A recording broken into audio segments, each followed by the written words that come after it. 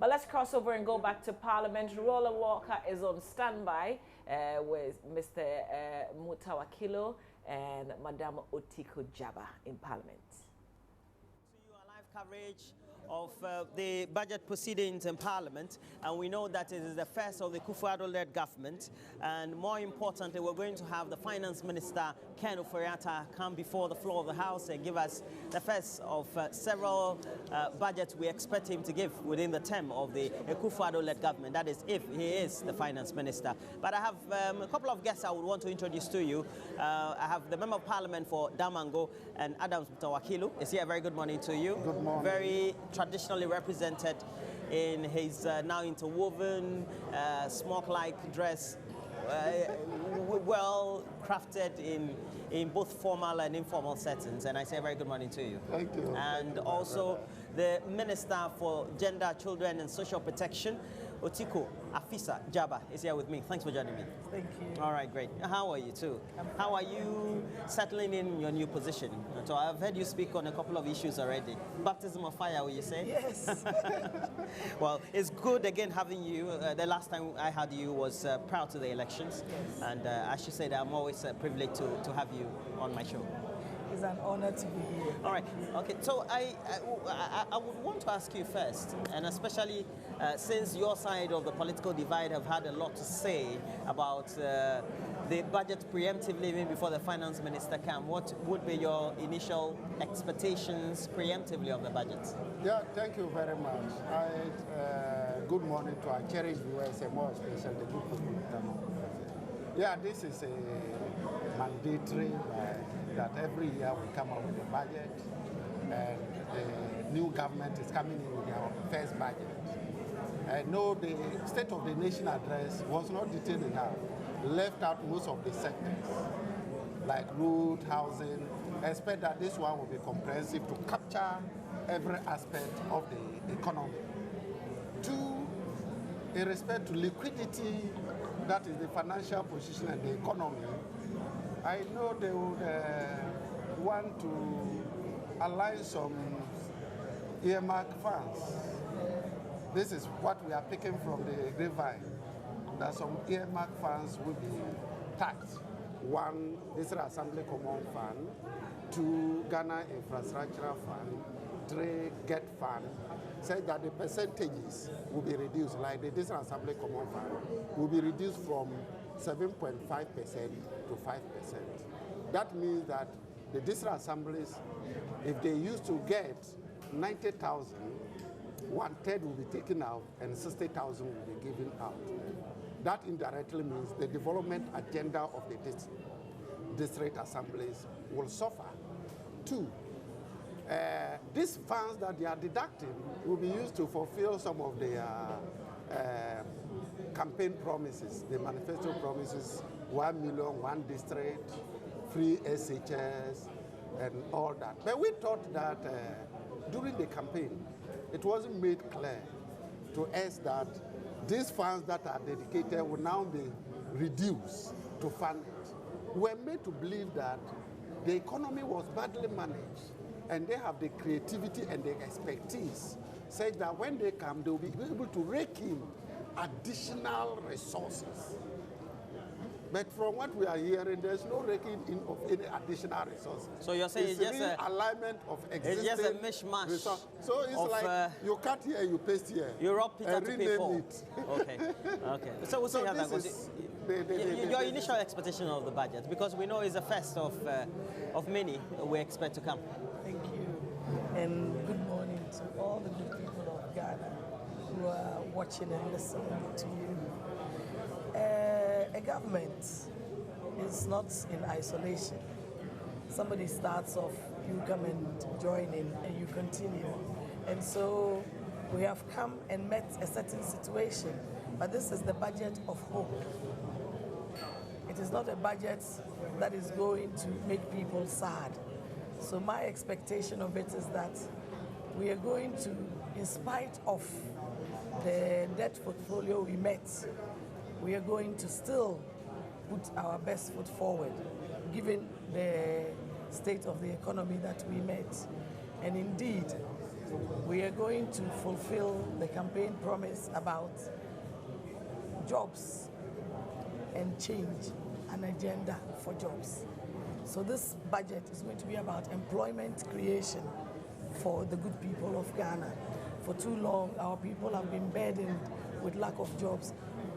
Every minister has been inundated by calls about jobs and jobs and jobs. And so, finding money, I find him very hypocritical. When you leave a debt of about 122 billion, you don't talk this way. Where do you expect the money to come from? And so, we have been able to organize things in such a way that we will be able to create those jobs through the fulfillment of, yes, the one district, one factory. It will create jobs. It will also support the work of the district assemblies. The free education will provide education for all our people.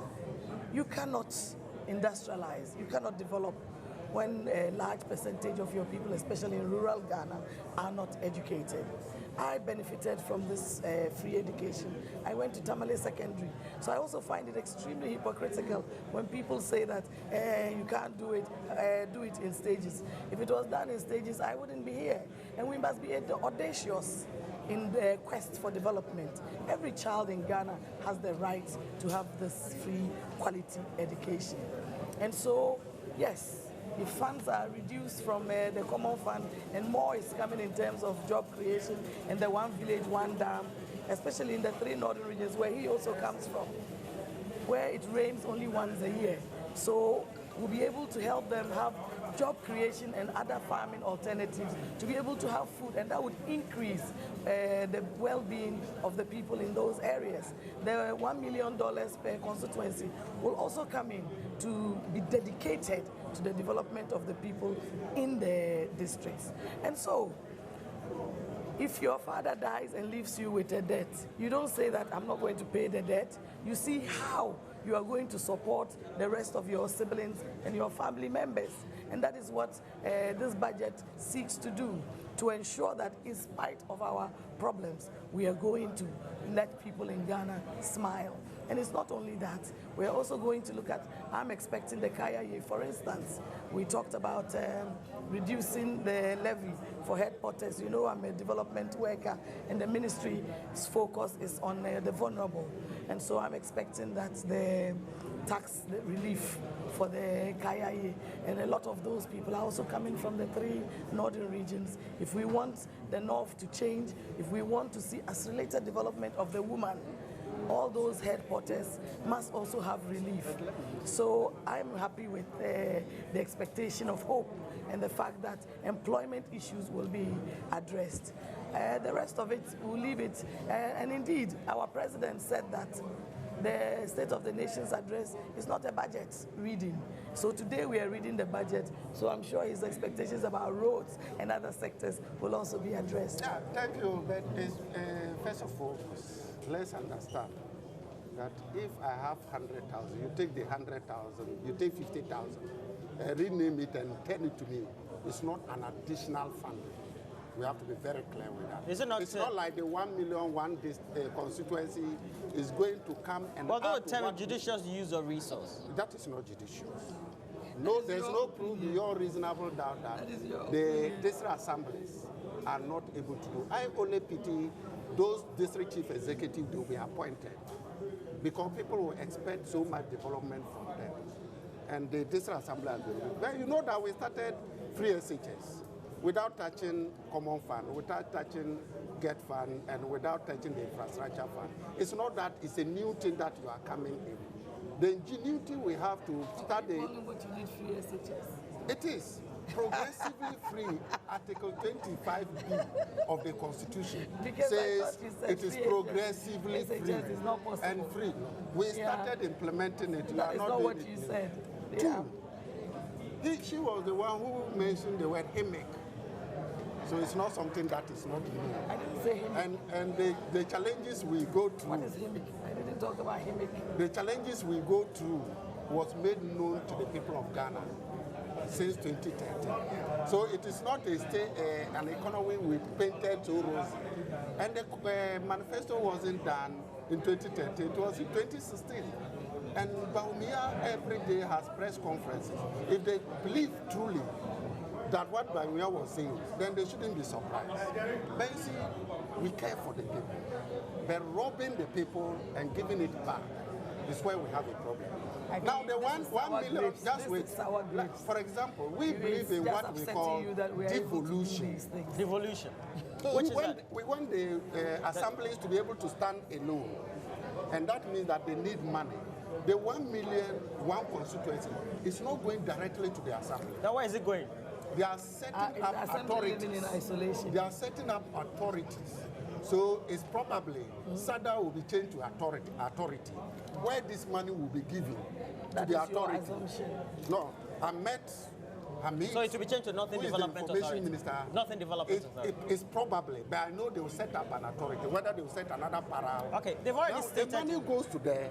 They implement it. We expected that the money will come to the assemblies, so that they will create local employment. Well, they've already said that they have various sectional authorities. They will have for North, they will have for Middle Belt, the Coastal Belt, etc. So that has been. But what I'm saying is that if you reduce the common fund, which creates local employment. But let me ask you, the constituency funding that will be designated or perhaps set to be 1 million for each constituency, also encompasses various districts and municipal and metropolitan areas. Yeah. Definitely they are correct. Okay. The essence, I believe, of what Dr. Bawumia had been saying during the electioneering was that would, with a body in charge, it will make sure that those monies are well channeled into specific important areas, very much identifiable. That is it. But assume in my constituency, you are coming to build a hospital. Yes. And your constituency, which one? The contract is awarded somewhere. The contractor comes with his people. It doesn't create a local economy. Nobody has said that. And we have witnessed several occasions where contractors come in with their employees. The District Assembly Common Fund, when it's expanded, I thought they would have added it to their district assembly. They award it to local contractors who in turn employ the local people and therefore create the necessary job at the local level. But if you have another body somewhere that does it, look at Get Farm. Most often when the contractors go there, the contract is awarded. When they go, they are not able to engage the locals. Most of them are contractors who operate somewhere, and they come with. But are these not fears that could be corrected easily? But what I'm saying is that in creating and expanding, you don't take from the people and give it back to them the same thing, and then you rename it in another way. There should have been an additional money. Oh, additional money from where? Looks like a genuine consent. You said you are creative. This is you said you are creative. So you want them to be creative, but this is your propaganda. This is a new government. I'm not sure that we're even up to 2 months yet. No, you're not. But what we said is that the $1 million per constituency will be a bottom-up approach. So it is the constituencies that are going to sit and decide how to utilize the money and how to implement it. So it's not about what you are thinking. They will decide how it should be utilized and who should do what. So that tells you that you just want to create your own agenda for the constituencies. We never said all the things that you are saying. What we categorically said was that for $1 million per constituency, we will use a bottom-up with consultations with the traditional rulers, all the stakeholders. So it is not about what you think, but it is what the people want in each constituency. And those constituencies is about the people. But the very fact all the people are being managed by the district assembly. But definitely, so we could have channeled those through the district assembly, because then we already have an established body. That will come. Almost like duplication of resources. That will come from the people. The people must decide how they want to do it. Because if you say that we should put everything in a straitjacket, then life will not be right.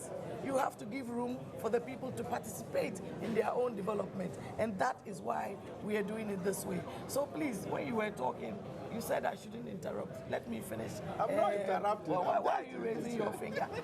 Please, governance is about the people we are working with. The lives of ordinary people. It's not about propaganda, and it's not about scoring points. A lot of things have gone wrong. 122 billion is not easy. Even servicing the debts is not easy. We borrow money to pay for interest alone. The debts that have been accumulated, understanding that HIPIC came in to wipe off all our debts. You borrowed so much in addition. In the history of Ghana, no government has borrowed so much like this NDC government that just left. So they are the last people to talk the way he's talking. We need space and room to be able to restructure and make sure that the city is stronger, make sure that the economy is stabilized so that we can move this country forward as we have indicated. And this is just the beginning. This is our first budget. It's a budget of hope to create employment and jobs with the people. We are going to work with the people, not say that Ethiopia and that somebody is joining from. We are going to work with the people, and your ideas should be part of it because you don't live in isolation. As an MP, you should look forward, not to be sending us. Well, I remember. I would prefer the $1 million goes to the Additional Assembly. Well, but that has been stated so let's go categorically. there. Every government, the policies they have. It has been stated categorically. At the end of the that it day, will go to the we assembly. also know that. But let me come to the debt issue. When you look at debt, and you don't look at assets, that is where there is a problem. Please. You know, in 1966, this same issue of Akoso taking so much loan to construct This propaganda will not help you. We've heard it before. was a debt. 60 years on. Was a debt. Please, Today, please. we have realized that Leave Kwame it Nkrumah's is. issues I alone. know, Madam And look Ogo at Fufuso your Road. own issues. What we got, if it is a debt, it is a good debt. Because today, if I travel Somebody from, has to pay for it. If I travel from And nobody is Fufuso, saying that. if I travel from Fufuso Can you let him make his through point? Damango to Sola, I feel more relief. So if the government has gone in for any debt to do it, thank God, it's a good debt. Debt is where you take the money and you spend it. If government has gone in for a debt to construct the Tamale airport, which now highly Muslims from Tamale straight to Saudi, That it was- is a good that debt. was just another If government propaganda. has Where gone is the in for a airport? debt to top up the roads from Bube to Tamale, that has made it more trouble. What has It is a happened to good the debt. bridge? If the government has gone for a debt to build the Tamale teaching hospital, then it is a good debt. You don't look at one aspect of it and leave the other. And that How was about the exactly- argument Don't from you inflate that those- you need manageable debt? For example, it's now been said that the finance minister will not have the fiscal space, and we all know what fiscal space is, the room to spend it's not on there. necessary things that they feel are important and critical. What is important and critical? That is Managing the the first economy because in a the competent space, manner, the space, not in an incompetent the space we are talking about is personal emoluments, interest payments, and earmark funds. But the to debts reduce are it, even more than to the reduce it, salaries that we to are paying. increase it. Let me 14 come. billion. What is it's what not are the 42 salaries? billion, it's 14. Don't, Let me I'm come sitting to here. this. Don't put words in my Let me- mouth. let me come I to said this. 14 There billion. you go. Finish. 14 billion is the debts, and that is a similar amount for salaries and emoluments. Point. So What are I you talking believe that, about? as they indicated, they are creative. We are Either you being very expand creative. the revenue base. If you expand the revenue base, you will create enough space. That is creativity. That is ingenuity. That Ghanaians thought they were. That they will put in measure to create. Not to come and what is already existing, you are cutting them off to create space. That is not ingenuity. But then that brings to mind the subject of the petroleum prices vis-a-vis the taxes that need to be paid by the ordinary consumer, etc. And the promises have been made by the Akufo-Addo-led government when they were a campaign team, etc. That they will make sure that the taxes are lessened in a way. Yes. And that creates a lot of revenue because we know there's a debt in the petroleum sector that needs to be paid. Yes. We don't want to overburden our people. And so But we still have debt to pay. As we have debt to pay, we are not going to do any propaganda with the lives of people. And the issue is that the state of the economy is bad. It was managed with incompetence. Is that bad? Yes, it is bad. When you are doing soul sourcing, What has happened to the Dubai Bridge? Yesterday I heard that a vehicle even went off it. No, it's because the vehicle didn't obey regulations. I was there myself. Perhaps things were not done properly. No, so far. And when you overinflate prices, you don't sit here and talk like that. And the airport in Tamale is that, and they came and put signboards there. As soon as the people left, they removed them again. It is not the standard of an international airport. Let's not have these gimmicks. Ghana at 60 is a reality. We need to let our people understand what the issues are and work with them and develop the nation. We are not going to hide anything from them. With what we have, this is the best way forward. And I believe that it is indeed creative, because you have to manage the economy. You cannot spend widely of monies that you don't have. In terms of what we hope to achieve, we are going to give the people of Ghana hope. We are going to reduce, I expect, the tariffs in electricity. In the petroleum sector as well, I expect that there will be some reduction. And with all the other things that we are doing, it will push in people for a while, whilst we understand and develop how to manage the economy better, so that we, the people of Ghana, will benefit from it. We're not going to have a case where you take monies from the petroleum funds and send to 4.5 million for Black Stars, people who go and chop kenke for $35 and come and cry to us. We are going to do things in a more competent manner, and that is what Ghana must stand for. And before, so no more propaganda. And before we leave, sour grapes is not what we know that Nana Akufo-Addo is the man of the hour, and we have a team that is going to deliver. Yes. And before we leave, say. We have just about 2, 3, 5 minutes to wrap up. The subject of the senior high school being free should feature critically. And if you look at the opinion on the streets, is a worthwhile policy. It's very worthwhile. Yeah, and it's going to relieve a lot of parents who have children in senior high school. That is why the former President Mahama started with it. You said you were not going to do free education. You campaigned and had adverts against it. And you are still saying the same thing. First of all, you see, they like stealing policies. Who steals what? Look at you. That policy is a constitutional requirement. And that is why I thank you that you are supporting what you refuse to support initially. Article 25 of the 1992 Constitution. People of Ghana are listening. And in the course of campaign, former President Mahama made it clear it is a constitutional requirement. And as and when we will implement it. Well, now it's going to be here. Now it's going to be here. Now we are going to do it. Now it's going to be here. Ghana cedis. It has started, they are continuing. No. Please. What you did is not called free education. Believe that the Constitution says it don't must be attach what you did to us. But as to the sources, is where we are waiting to see. Like the senior minister said, our heritage fund was supposed to be used. That was his opinion. Which was for future. And then the finance minister came and said opinion. And we thought that when the Why are you president always comes, looking at negatives? when the president comes for the State of the Nation's address, that free education today you want me to look at the positive. All right. No, you have to. The president was already executing it. He wasn't. So just, unfortunately, I have to give you only 2 minutes. So just wrap up. Hope. It's a budget of hope. What others said could not be done is going to be made possible. Ghanaians must have the country spirit and say, yes, we can, and support President Nana Akufo-Addo so that all of us, whether you are NDC, CPP, or whatever, will have relief, will have jobs, and hope for equal opportunities. Well, thank you very much. So we've had here Member of Parliament for Damango, Adams Mutawakilu, and the Minister for Gender, Children and Social Protection, and Madam Otiko Djaba has also been with me.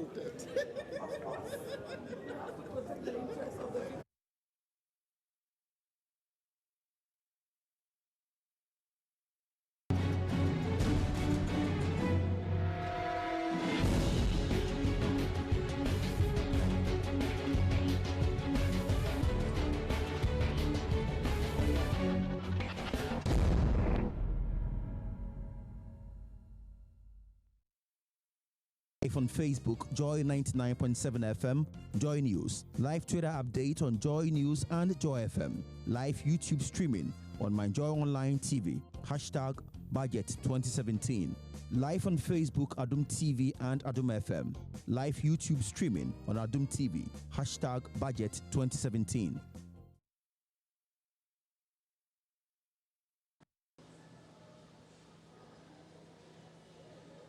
ahead of the budget, what are your expectations? I don't really expect anything much because the institution of Africa, we are having so many problems about budget situation. And you see, when they bring budgets, increment of everything will take place. Just like not like along now, we get to know that fuel have increased. Fuel increased. That means every expenditure, everything that you buy, will be increased. So people are crying for the government to bring everything down, so that the way people will live in their life, at least life will be very easy and simple for them to live. Like you've seen on our visibility board, budget 2017. Where do you want your money to go? What are you expecting from this budget? Well, I expect that the national service personnel, their allowances is a little increased a bit, because before the president left office, I heard that it has been increased, but then apparently the salary they got this year, I think for January and February, is still 350, and then it's still so little. So you're expecting an increase? Yeah. Okay, so if you say an increase, how much are you expecting this time? About 500. Yes, it's fine. We've heard from a number of people about their expectations, and also with our visibility board outside, we can see a number of issues outlined: education, good roads, sanitation, entrepreneurship, jobs, and not just any jobs, they say, good jobs.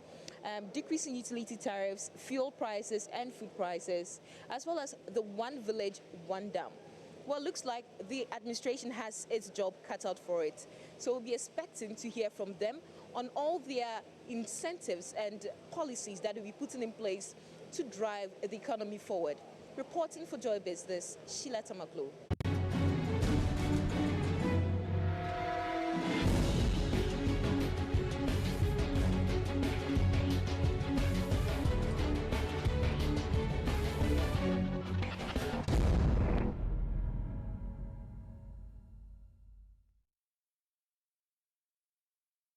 The new Patriotic Party government will borrow, and probably they may borrow with more enthusiasm and alacrity than you can imagine, because they are struggling for fiscal space.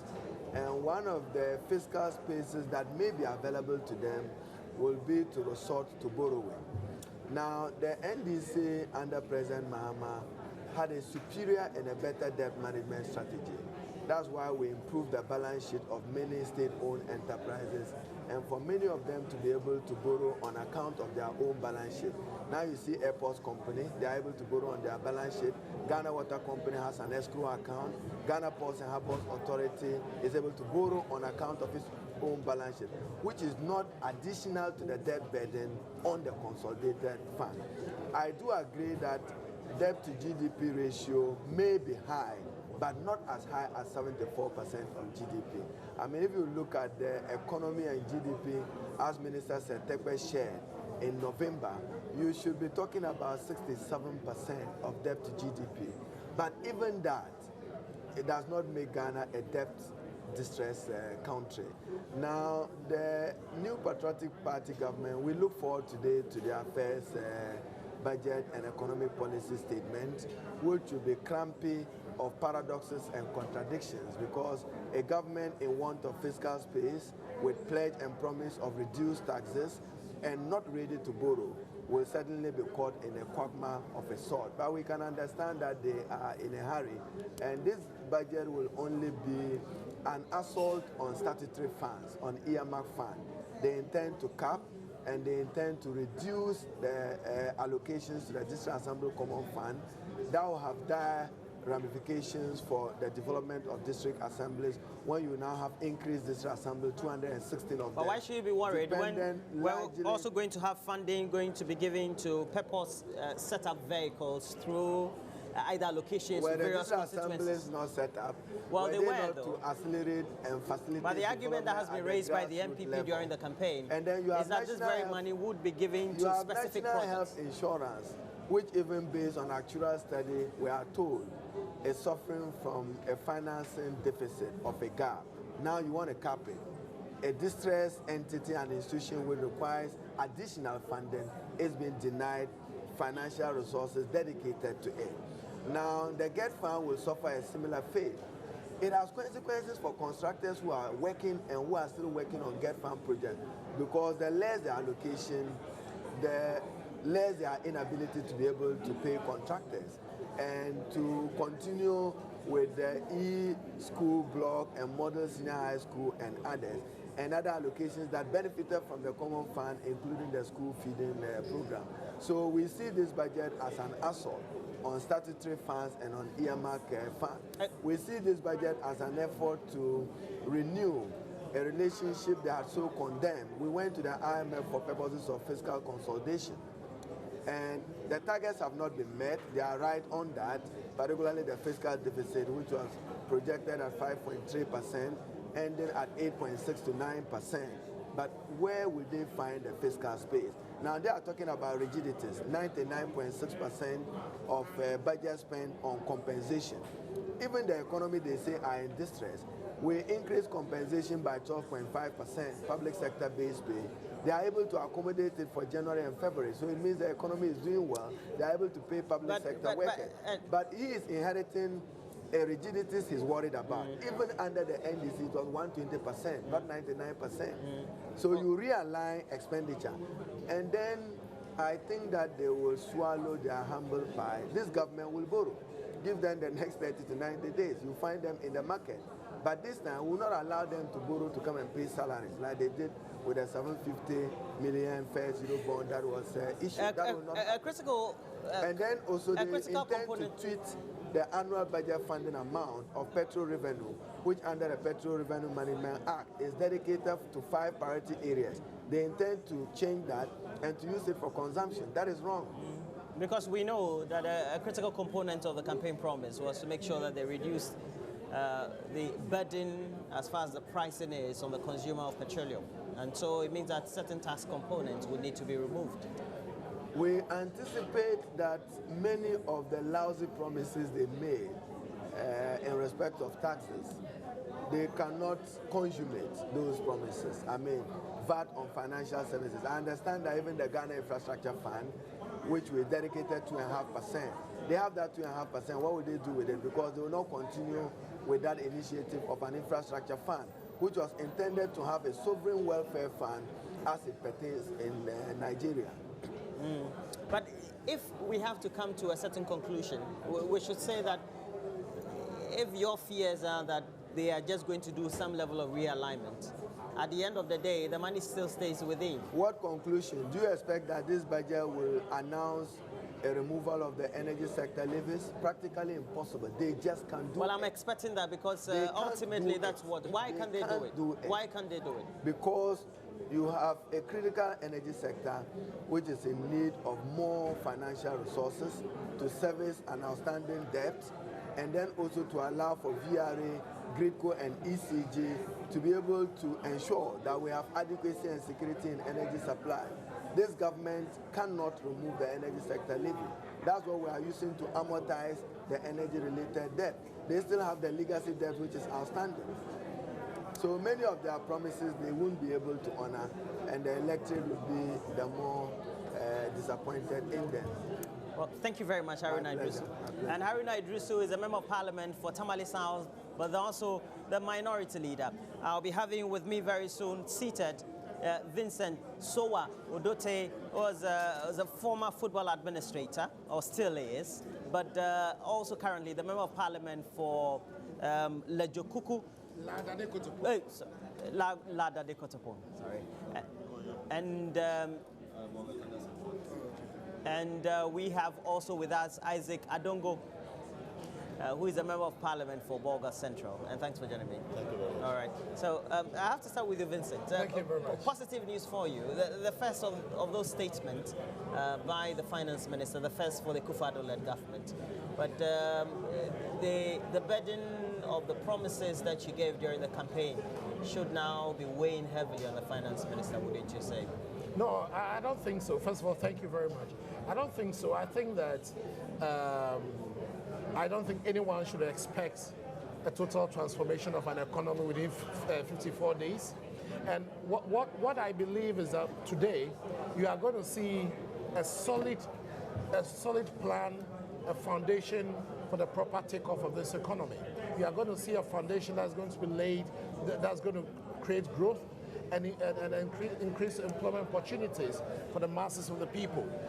The situation in which we find ourselves now, where you keep hearing about fiscal space, when 99.6% of our revenue is taken by salaries, interest and statutory payments, there's very little for capital expenditure, what CAPEX. So when you talk of reducing, increasing expenditure has increased the last year from 20 to 30% of GDP. Revenue decreased. Revenue as a target of GDP, which was expected to be about 22%, decreased to 19%.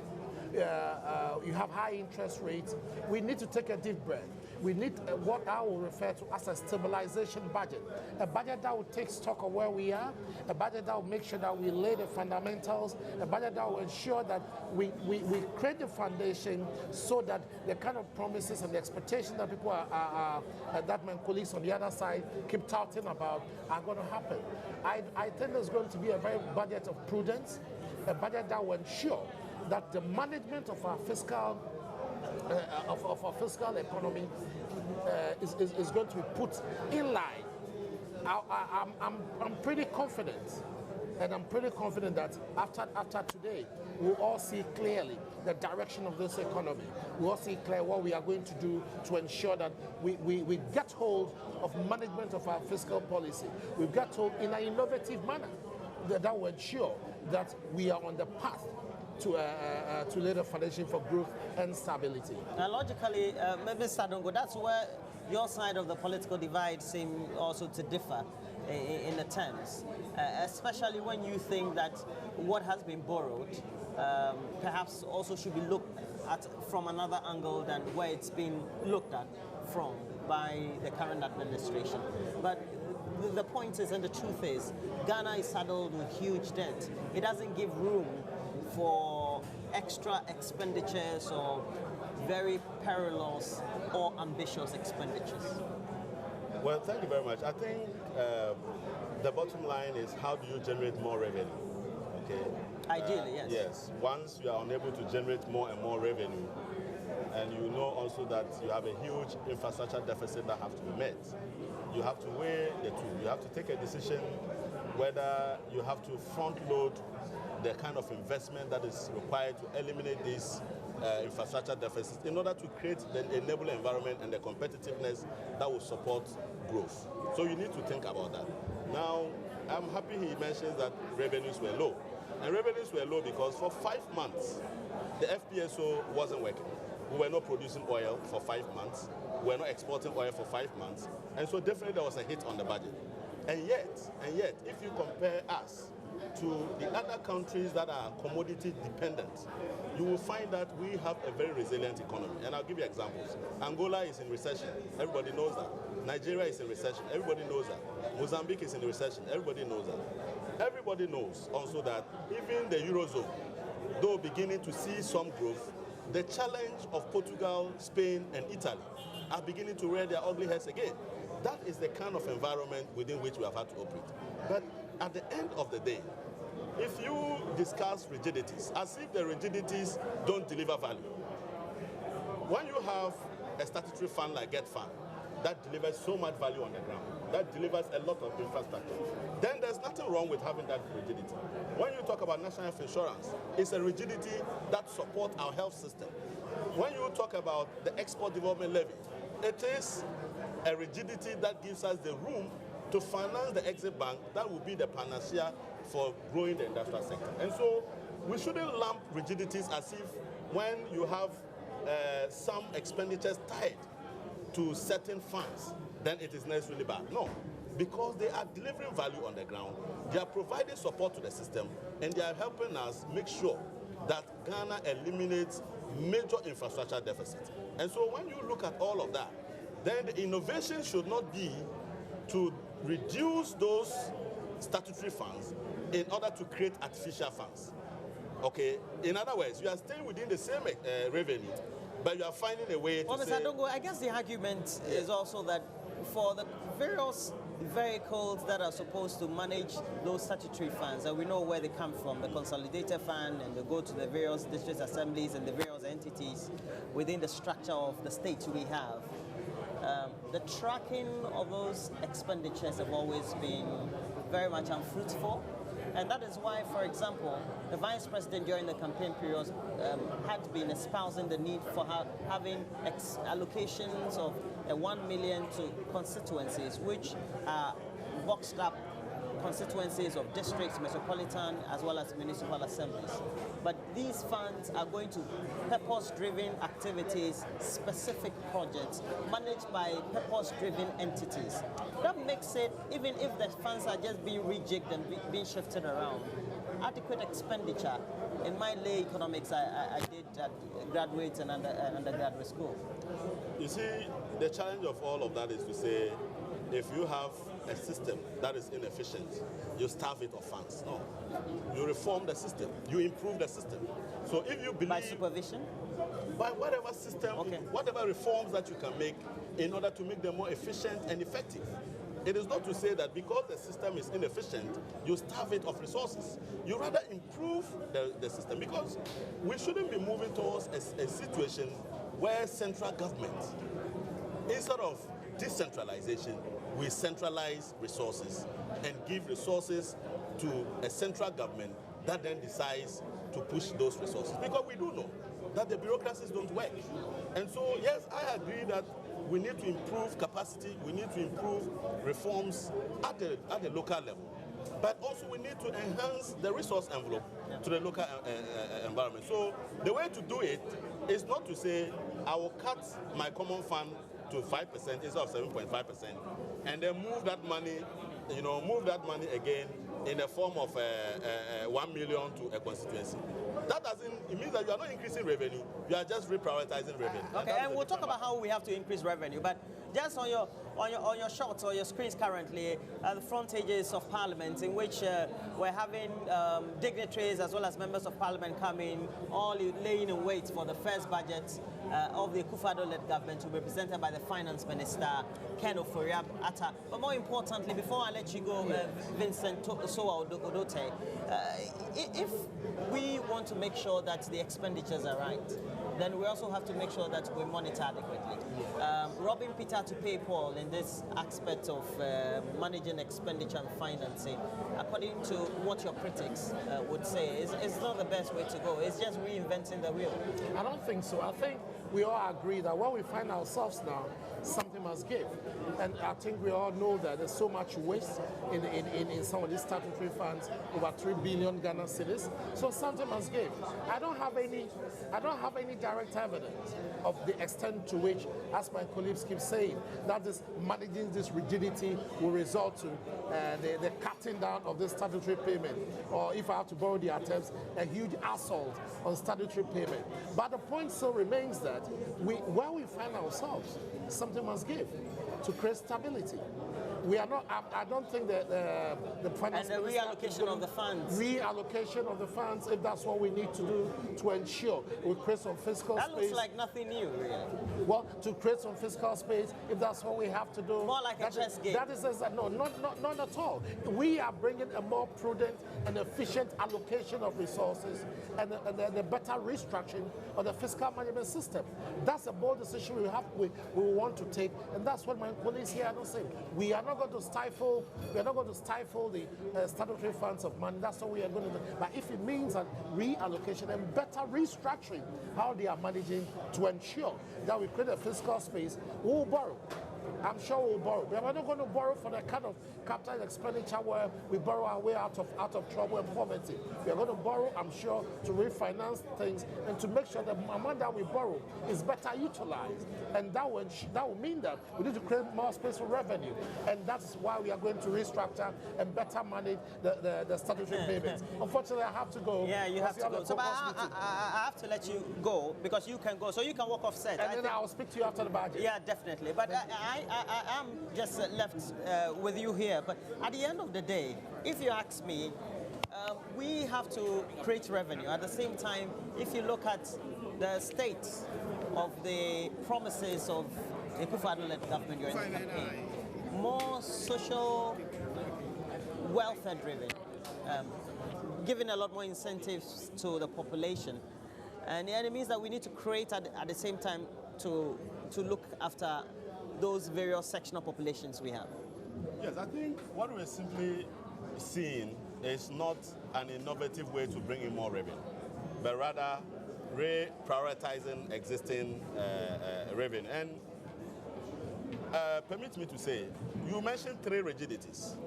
You mentioned your wages and salaries, you mentioned your interest costs, you mentioned statutory funds. Then you stuck with statutory funds. What are you doing about wages and salaries? If the wage bill is so huge, why not rationalize the public sector? If you think that you have so big a public sector, then let's be bold enough and say we are more than we need. Why are we not going there and looking for the easier way out? And so the tough decisions are being avoided, and the easiest chess game is being played. And the easiest chess game is to say, how do we starve a certain sector of resources in order to deliver a promise in another sector? And yet, the people of Ghana took a conscious decision to have a dedicated funding for, say, education, to have a dedicated funding for national health insurance, to have a dedicated funding for the district assemblies.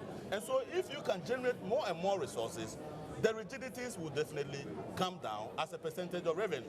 And so the constraint here is how much revenue you can bring in and not how you rearrange, the revenue. Because in the end, you're going to then cut investment in certain areas and put those investments into consumption. And I don't think that the best way to address the infrastructure deficit is to increase our expenditure on consumption and lower expenditure in investment. And that is my take on it. And adding to the debate is a former finance minister, and Kesa Latoforsen is here.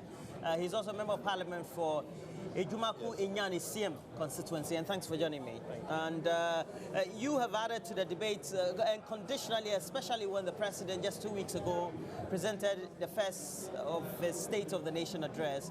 You said that the president was not truthful in many of the things he said about debt, also in many areas about expenditures that had not been accounted for, etc. How do we then put those things right when we know those are burdensome financial expenditures that the government is carrying? And so we'll have to put together another budget and make sure that we contain some of these inexigencies. Thank you very much. Let me say that this budget that the Minister of Finance, my good friend Kenneth Foriata, is coming to deliver will actually bring out the true numbers. What I would say is that whether the NPP administration is saying that the expenditure-wise, the then administration, the previous administration spent 50 billion or not, this budget will indeed bring it out. I will very much limit what I will say today, awaiting the budget to come out in the next 30 minutes. Then I can do justice with it. But my worry is the fact that the president, as part of his statement to the nation, he made certain statement. One, with his desire to deliver on his campaign promise. He said and he lamented that indeed the deficit, as we see it, is quite high, and mentioned about the fact that 3 line items, wages and salaries, which we call the compensation, interest payment, and that of statutory payment, is such large to the extent that they will not be in a position to perform on their campaign promise. So let's see what he will say, and hopefully if it comes out that he intends to cut any of the statutory funds, any of the wages and salary lines, or interest payment, then we'll have a position to talk. At this stage, I don't intend to speak so much. Let's wait for him to come and then we can speak. Well, I guess you have been in that position before, so you know how it is. Yes. But also on your screen, just beside me, is a live view of the Chamber of Parliament, where we expect to have the Finance Minister come through. Already we've had various interactions between members of Parliament and talking on both sides of the political divide, what they expect and do not expect of the budget. It is a first by the Finance Minister for an Akufo-Addo-led government, Ken Ofori-Atta, and that should be on in the next, I believe, an hour. or so.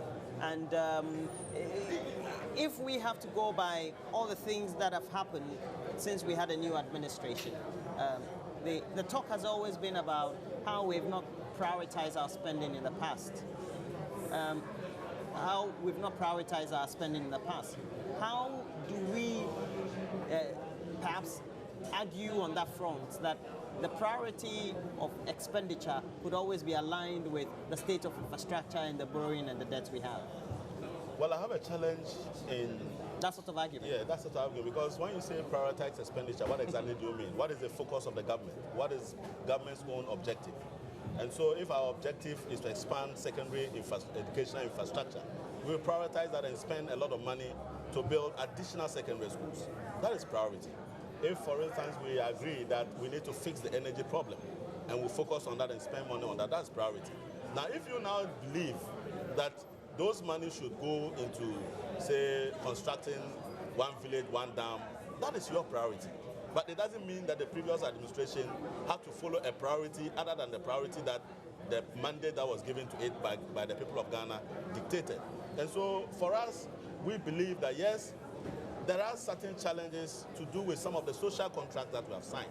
And when I talk about social contract, I talk about the implementation of the single spine pay policy. It's a major policy that has committed Ghana to a very huge expense.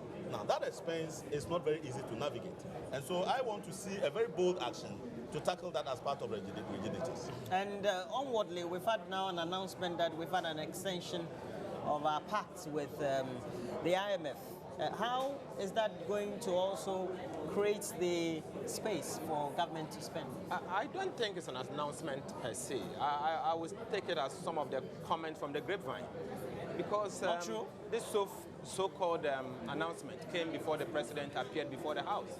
The president was silent about it.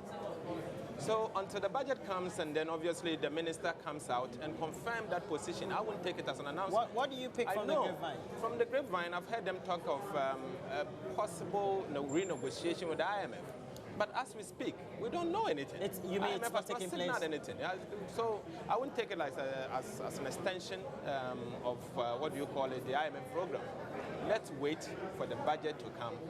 And I expect the finance minister to announce to the people of this country the true state of the IMF program. Let's wait. And then not only Ghanaians want to know, the markets want to know.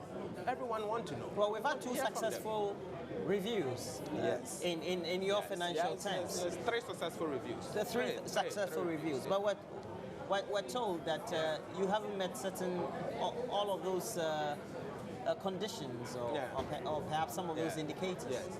Again, let me say that when His Excellency the President appeared before the House, he was categorical. He was very emphatic. Categorical. That clearly, the then administration could not meet any. And you were the deputy Deputy Finance Minister. But I'm saying that is not correct. The President said you didn't do a good job there. That is not correct. Let me give you 2 examples. Why would that be wrong? Let me give you 2 examples. One, as part of the IMF performance criteria, that we call it, you call it PCs, you call it target, we shouldn't be borrowing from central bank. We never borrowed from central bank. So that is a PC met. That is the target achieved. Inflation, it was 13.5% plus or minus 2. It was a PC. That was met. And the end period inflation was 15.4. Though January inflation moved to 13.3. And MPP should not take credit of that because that is because of base drift effect. They cannot take credit of that. Obviously, what we are saying is that clearly when the president is speaking, he's not just speaking as a politician or as a political person. He's speaking as the father of the country and he's speaking for the people of this country. So I've already cautioned that those who write the speeches for the president, they should be careful. They should be careful, they should put the right information out there, and the president should speak exactly what is on the ground. It cannot be correct that we filled every single IMF target. That is not the position. It cannot be correct. How many more minutes can you give us before you go? How many more minutes? I have to go now. Oh, yes. No, give me 5 minutes. All right, thank you. Okay, but we know consistently we've been told that we've not been performing too well in some relevant sectors, even though we've always had a chunk of the jobs created in the services sector is being the complementary sector for the economy. Of course, we've had some difficulties because of the revenues from petroleum. So it means that we need to do some concentration, or perhaps look at some concentration in some sectors. What do you think will be the critical sectors? Well, like I heard a senior colleague make the point that it doesn't make sense to invest in infrastructure if you don't get growth. And I was surprised because we do know that over the last 2 years, the sector that has really affected Ghana badly has been the industrial sector, driven largely by mining and oil. And so you can register very positive growth in construction and service sector. But if your industrial sector is not doing well, and it is not doing well not because you haven't provided the right infrastructure and the right framework, but you are not doing well because the global economic environment is not favorable to your product, then there's very little you can do about it. These are external volatilities that we have to deal with. And so those growth sectors that you expect to propel the growth, when they are being hit by a sector that you don't have so much control over, then you have a challenge. We all know what happened with our mining companies when they have to lay off workers, have to shut down and all of that because the price of gold was quite terrible. We all know, like I said, over the first 5 months, we basically could not export anything from the Jubilee fields. And so with all these, you definitely are going to have a hit, and you're not going to have the kind of growth that we expect. Fortunately, this government is inheriting an economy that is going to add another FPSO, and there are developments going on to ensure that we're able to produce more in the coming financial year. And so they are inheriting a much stronger economy than we inherited, particularly in 2008. And when he finishes, we will do the comparative analysis for you to see where we were in 2008, the terrible conditions we were, and the kind of environment we have left for this new administration. Let me add a bit to what my friend and brother is saying. So when we talk of growth, and even if the argument, as Honorable Akoto said, put it, that we were seeing infrastructure development, but very much so it wasn't reflecting on the growth side. I think that it wasn't very fair, because clearly the infrastructure development, the expenditure alone feed into the growth. And then also it takes a lag, some time lag, between the time you finish the construction and how much that will contribute to total output. So there's always a lag. And he's not factoring in the lag, he's only looking at the time that expenditure was done and recognize that that should be there. No, it doesn't work that way. But let me also say that there are major drivers of growth, including infrastructure. For instance, you are investing in infrastructure, and if there's one big exogenous shock, like we saw in 2014, when we noticed that the West Africa gas pipeline, the pipeline is broken, and for that matter, you had electricity problems. Service sector cannot perform. Service sector cannot perform in spite of the infrastructure you put in place. So you should look at it in a broad picture and not necessarily look at it in a way that, hey, because he's pumping some money, nothing is coming out. An important component of the promises, and if you look at it also very much in place or in the manifesto of the MPP, is all the alluring promises of reducing very taxable components from various sectors. And we have on imports, and already we're imports driven as an economy on petroleum, and even on some basic items as far as even extending to normal taxable issues like VAT, etc. How do you think, if that is followed through, could ultimately affect expenditure and revenue? I think MPP has no choice than to remove those taxes. Why? Because that is what Ghanaians voted them on. I've heard the but if it's suicidal? No. The Vice President today, Dr. Bawumia, was emphatic in one of your stations that he mentioned certain tax items that it should go immediately they come to office. In their manifesto, it should go. So we expect them to remove them. It's not about whether they can do it or not. They knew the true state of the economy before they promised. So Ghanaians expect them to remove them.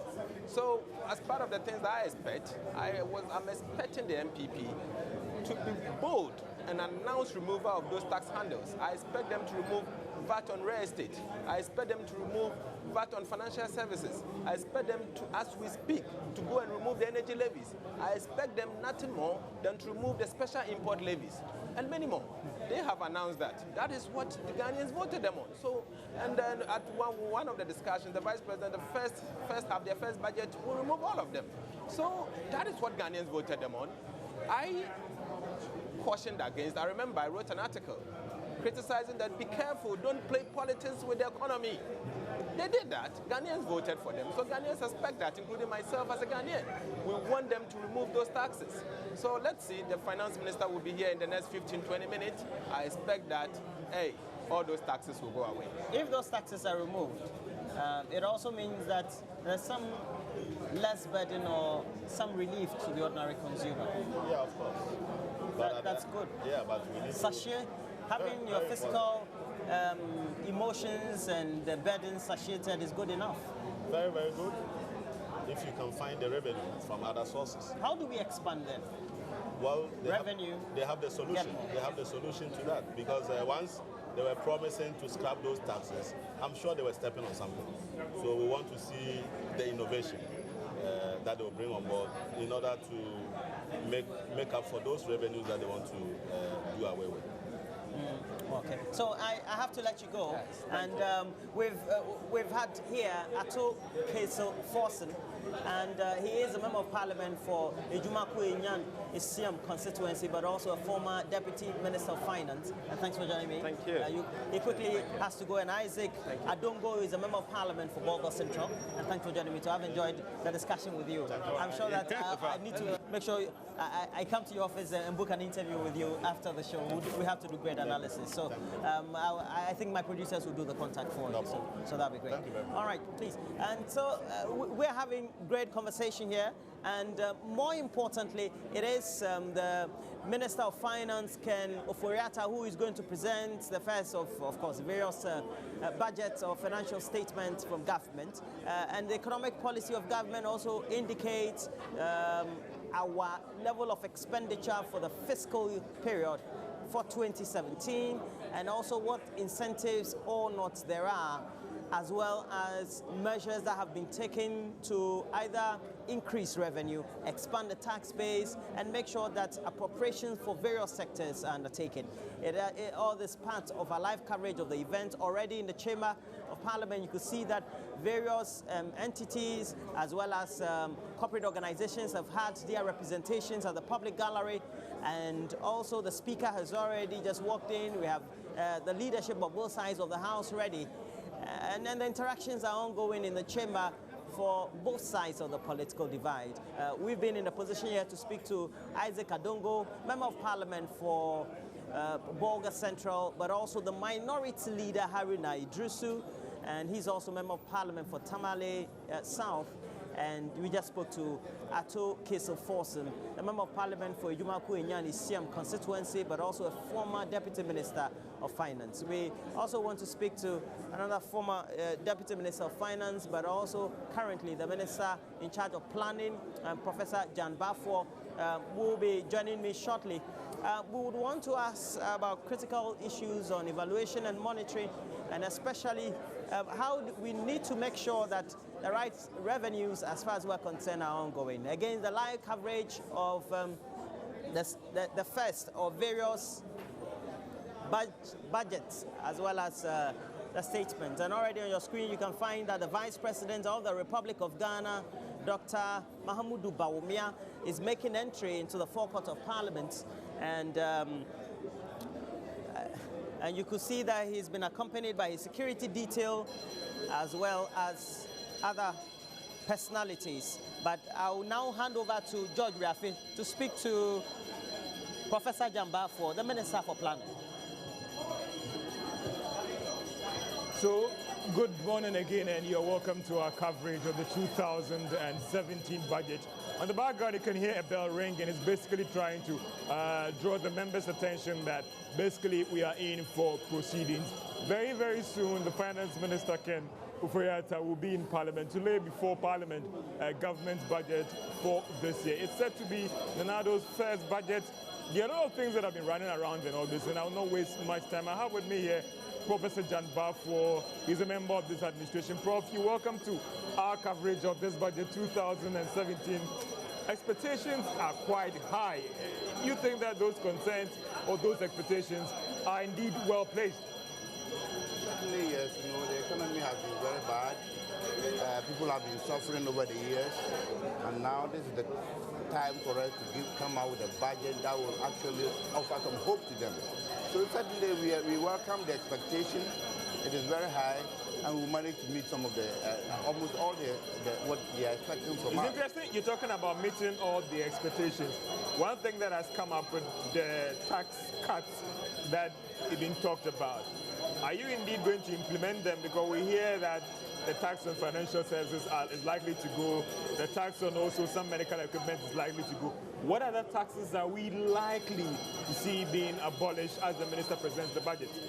You know, we promised a couple of taxes. In fact, almost every tax that we promised that we're going to cut will be cut today. You said the nuisance, you called them the nuisance taxes. The nuisance taxes, they all go away today. I mean, that will be maybe the last time that you hear about them. You cut them off today. People are arguing that where you cut them off, where are you going to get the money from? Yes, we have found a way, you know, and the finance minister will soon tell us how cleverly, how we have managed, you know, to, despite the fact that the fiscal space is too small, we've managed to reorganize the spending of this country to the point that we can actually pay for all these law taxes that we are going to give to the people.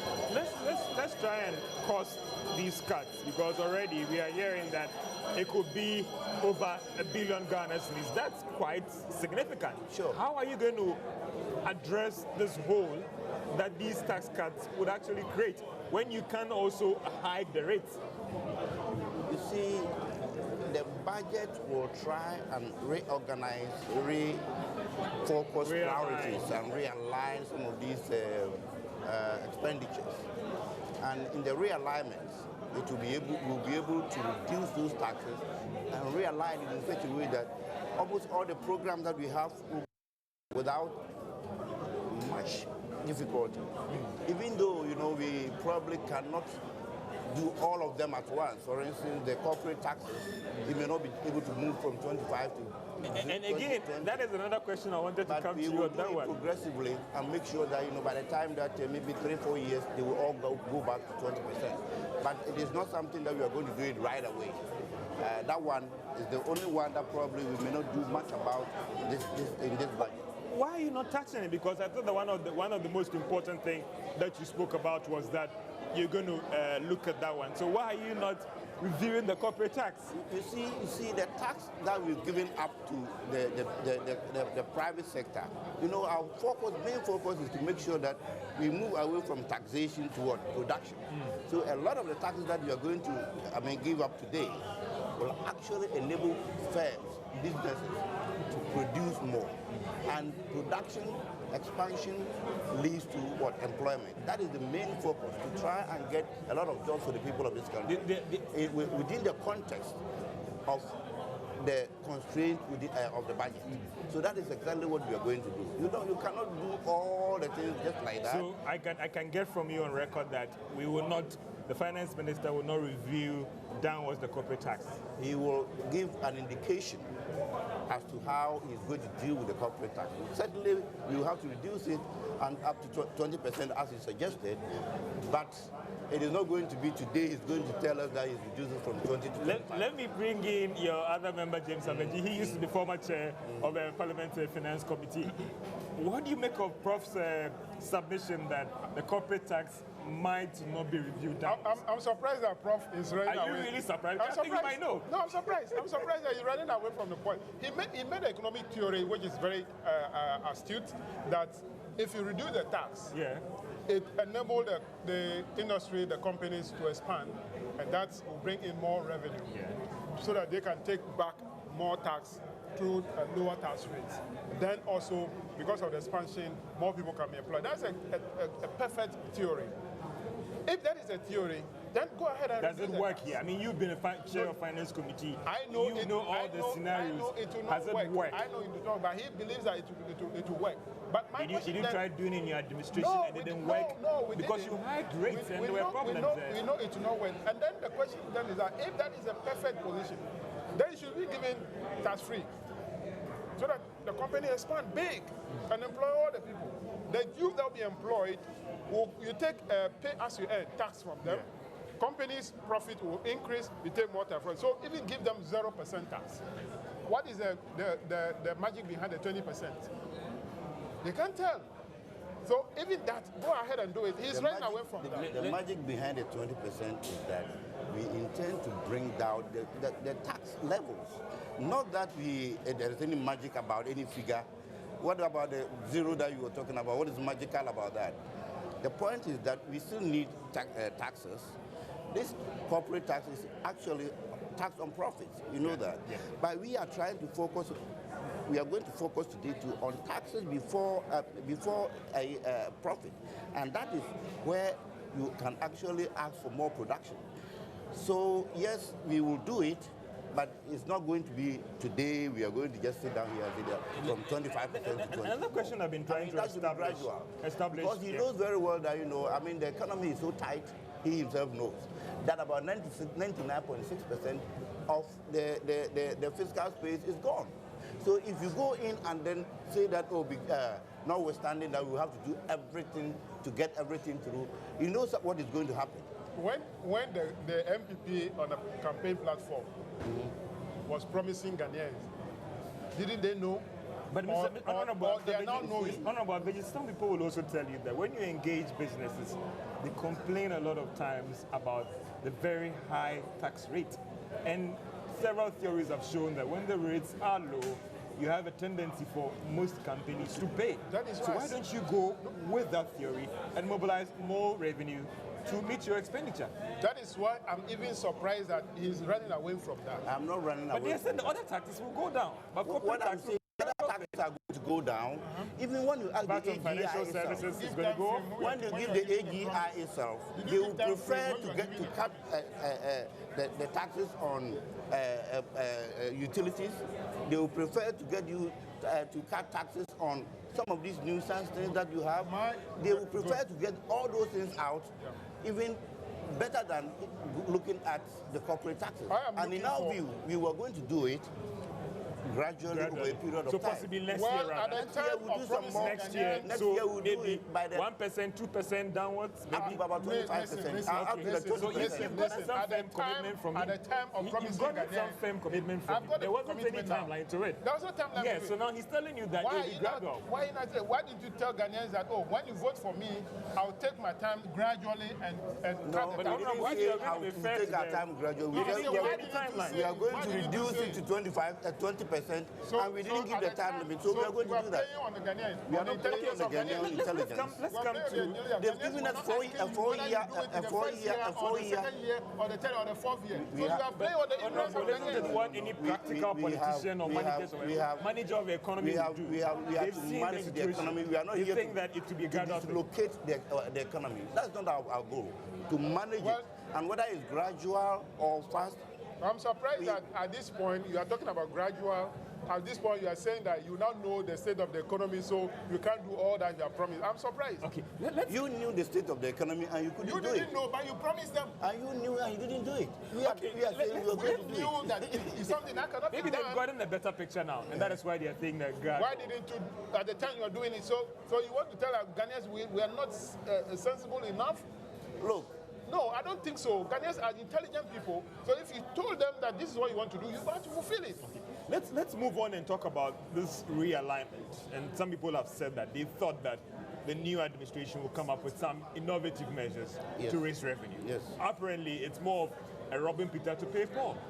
Not quite. You see, look, when you look at some of these government grants that we are going to realign, some of them, people just get the money and they misuse the money. So we are not going to say that look at, for instance, Which people? Look at GNPC. So they call it the money and The misuse it. monies that they've loaned to other sectors of the economy They is misuse the huge. money. They were spending the money on things that they were not asked to do, to work on. Those ones will bring them down, use them to replace, to do the priority areas. How about a common fund? Common fund, we are not going to go beyond the legal limit. Okay. No.